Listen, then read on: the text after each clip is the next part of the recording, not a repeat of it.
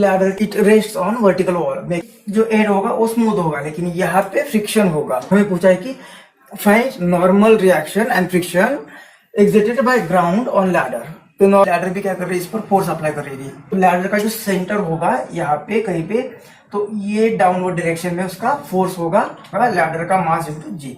और ये इलेक्ट्रिशियन ये यहाँ पे, तो इसका भी वेट होगा डाउनवर्ड डायरेक्शन में कैपिटल एम जे। ये भी उस पर नॉर्मल रिएक्शन देगी इस डायरेक्शन में, ये भी नॉर्मल रिएक्शन देगी। ग्राउंड भी क्या करेगा, अपवर्ड डायरेक्शन में फोर्स अप्लाई करेगा इस ग्राउंड ने ऑन लैडर। मतलब AN1 फाइंड करना है पहले पार्ट में। Normal reaction exerted by ground क्या होती है, फोर्स एक्सर्टेड ऑन ग्राउंड, जितना होगा उतना ही फोर्स एक्सर्टेड बाय ग्राउंड, वो नॉर्मल रिएक्शन। तो ग्राउंड पर ये दो फोर्सेस एक्ट हो रहे हैं, तो जी 6G ना।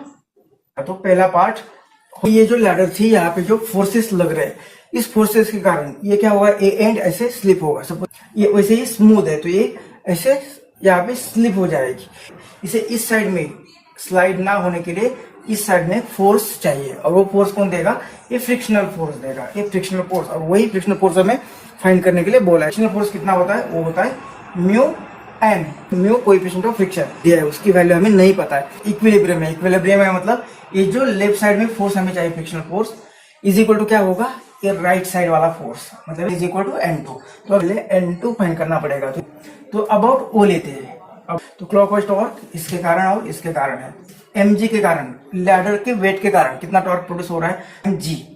फोर्स की लाइन यहाँ से यहाँ तक का, ये टोटल लैडर की लेंथ दी है हमें 10 मीटर, तो ये आधा है सेंटर का पॉइंट, तो ये 5 आ जाएगा।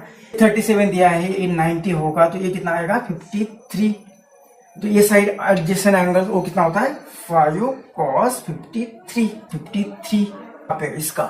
तो ये कैपिटल mg इतना परपेंडिकुलर डिस्टेंस, ये कितना आएगा, ये आएगा 8, मतलब ये हाइपोटेनस आएगा 8, तो ये आएगी 8 cos 53 is equal to clockwise. Anticlockwise कितना है, N2 फोर्स, मतलब ये डिस्टेंस परपेंडिकुलर डिस्टेंस होगा। तो ये डिस्टेंस कितना है, जितना कि A है, तो 53 के अपोजिट साइड 10 sin 53।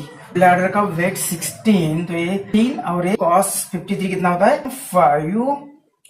इलेक्ट्रिशियन का वेट है 60 और cos 53 होती है 3/5 इज इक्वल टू N2 पता नहीं, और ये 10 और sin 53 होती है 4/5, ये होता है 4/5। N2 equal to N2।